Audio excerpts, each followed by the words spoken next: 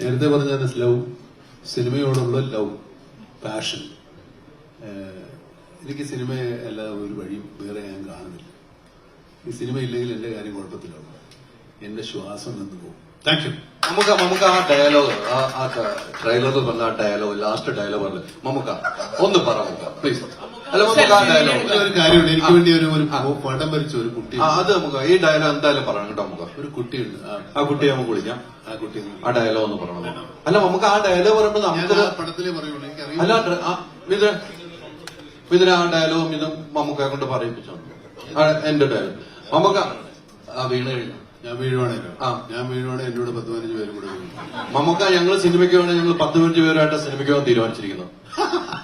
എങ്ങനെയുണ്ട്? പൊളിക്കണ്ട നമുക്ക്. വീഴരുത് ഒരിക്കലുമില്ല. മുന്നിലിരുന്ന് 10-15 പേരൂടെ പോകും. ഒരുത്തരും വീടരുത്. എല്ലാവരും നല്ല എനർജി ആയിട്ട് പുഷ്ടായിട്ടിരിക്കും. എനിക്ക് ഒരു കുട്ടിക്ക് ഒരു ചെറിയ പരിപാടിയുണ്ട്. ജോർജേട്ടോ പിള്ളേരുടെ ശ്രീകണ്ഠൻ നായരുടെ നമ്മുടെ വേണ്ട, എടുത്തു പോകും. Thank you.